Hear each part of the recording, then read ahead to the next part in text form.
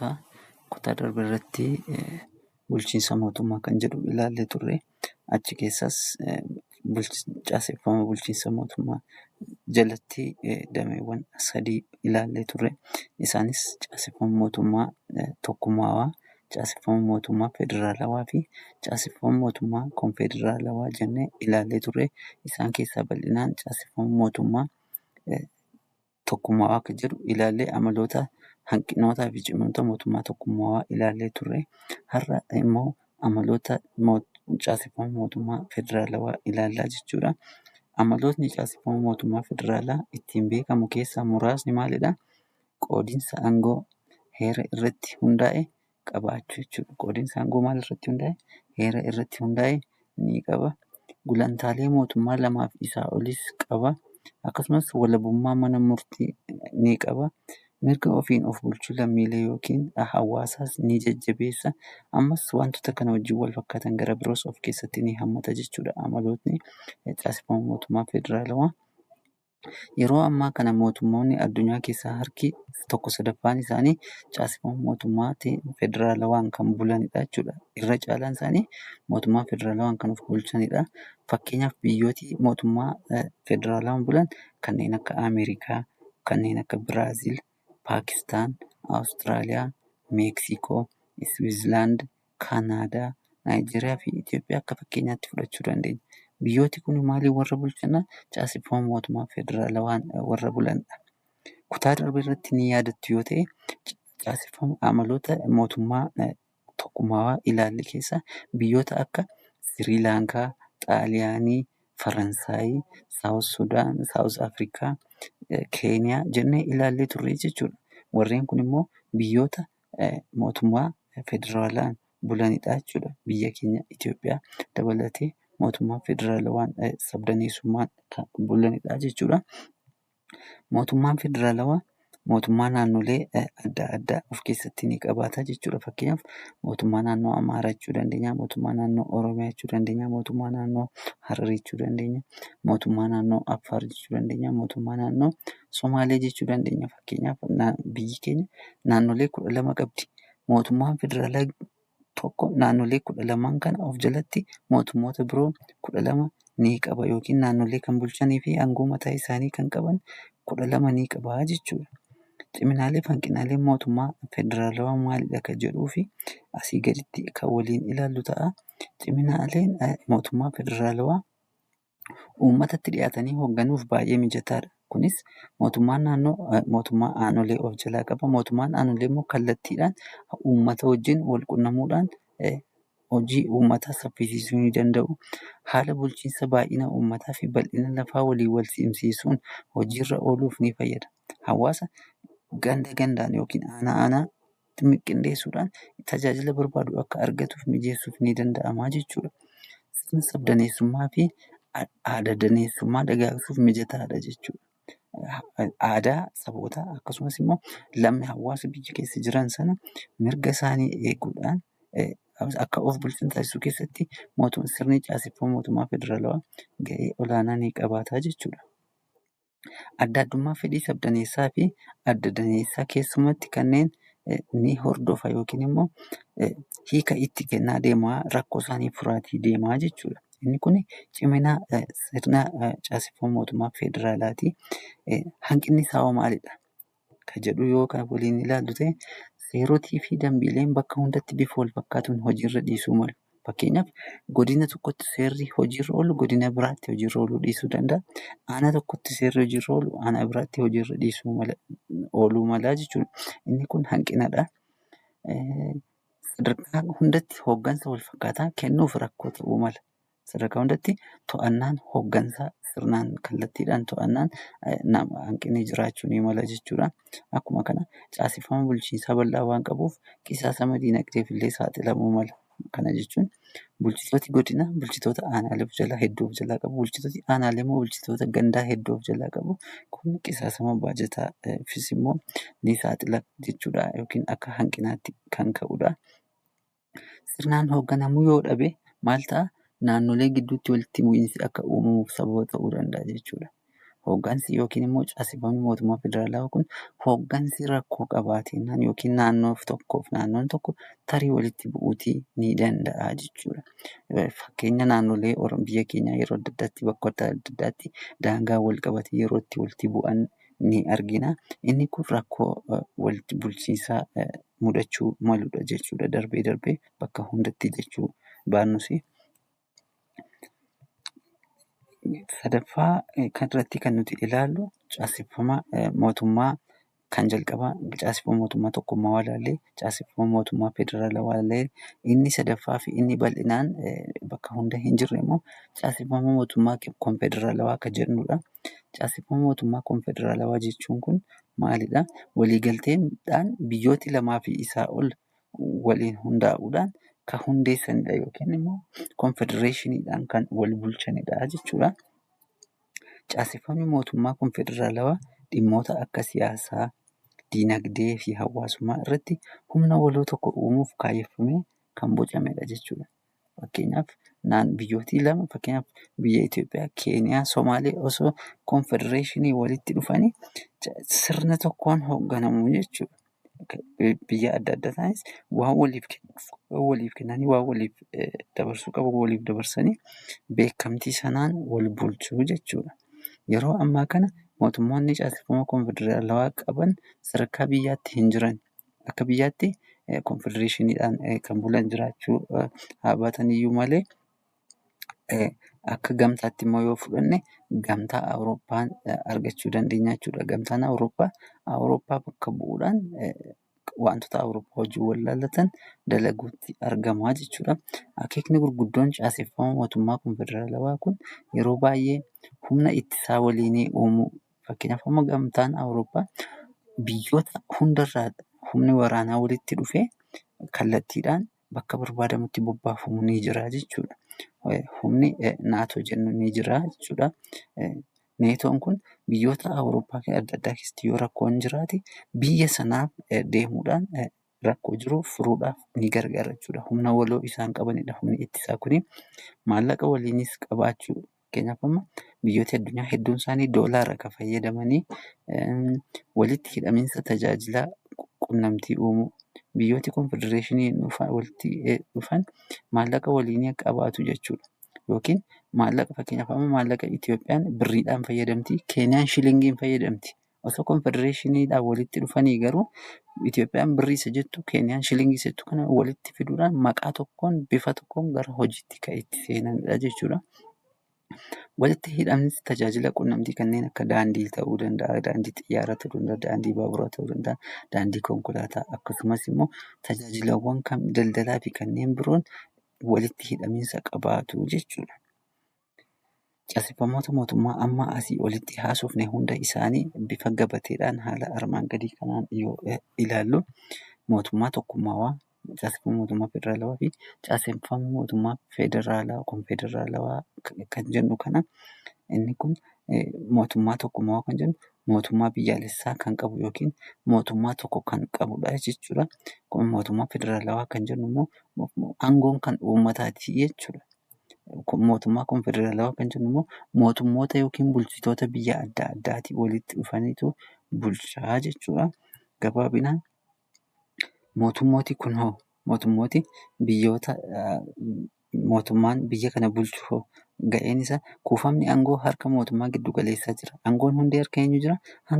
Aangoo qaama biyya bulchu kanaa. Fakkeenyaaf Keeniyaa fudhanneerra mootummaa biyyaalessaa yookiin tokkummaawaan bulti jenneerra.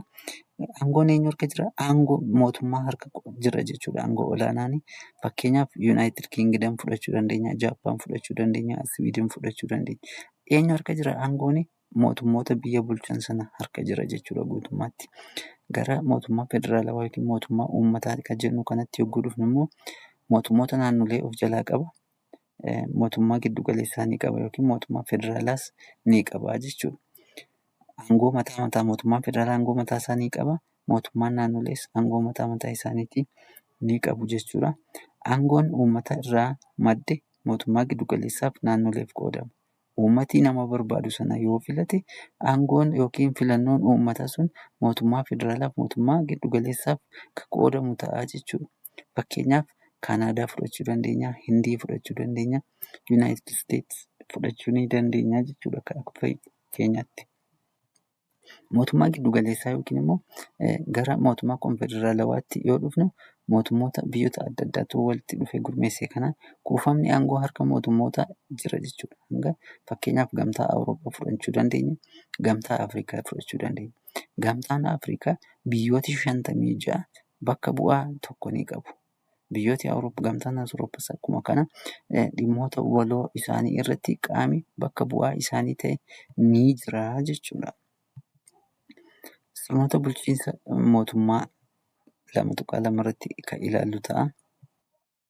Sirna bulchiinsa mootummaa jechuun walitti dhufeenya dameewwan qaamolee mootummaa kanneen seera tumanii fi seera raawwachiisan gidduutti jiru kan ibsudha jechuudha. Kanneen qaama seera tumanii fi seera raawwachiisan gidduu kan jiru ibsuufidha jechuudha inni kun immoo.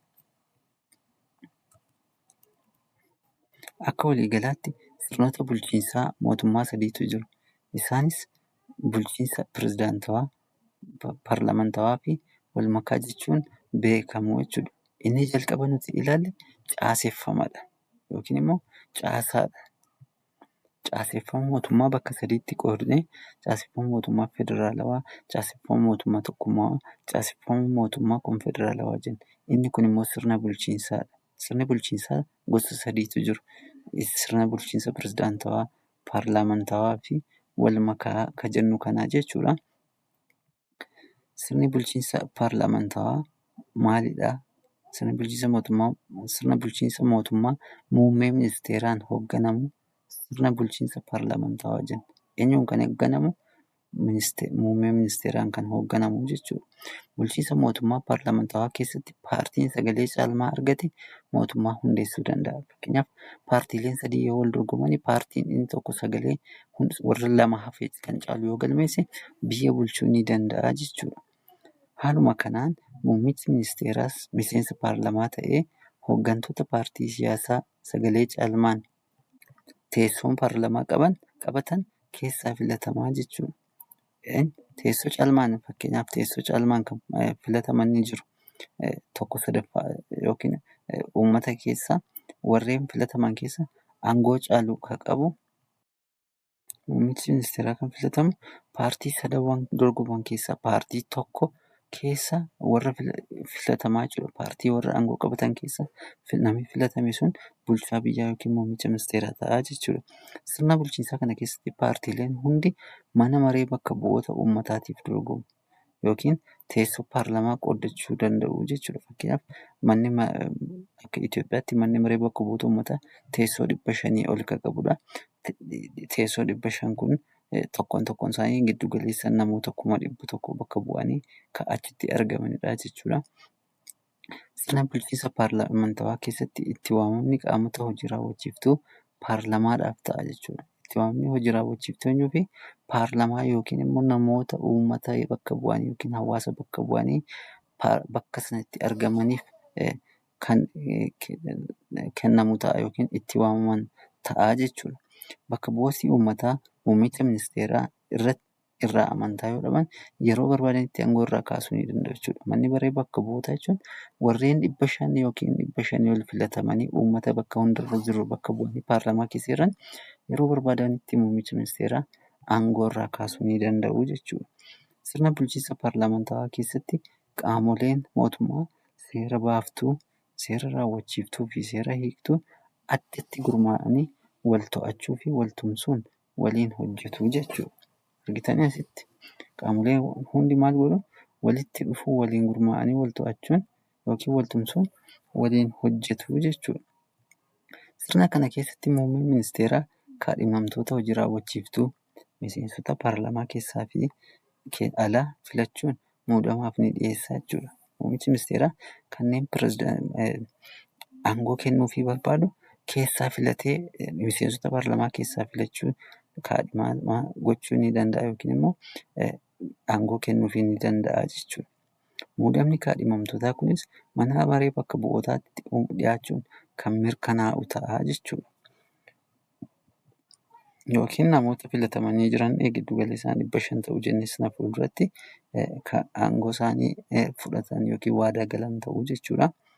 Biyyoota sirna bulchiinsa paarlamentawaan bulan keessaa Itoophiyaa, Deenmaark, Jaappaan, Suudiin, Jarmanii, Hindii, Xaaliyaanii, Paakistaanii, Bootswaanaa, Afrikaa Kibbaa fi Ingilizii ilaaluu ni dandeenya jechuudha. Biyyooti nuti amma maqaa isaanii waamne kun sirna bulchiinsa paarlamentiidhaan yookiin paarlamentawaadhaan kan bulanidha jechuudha. Kunis maal of keessaa qabu?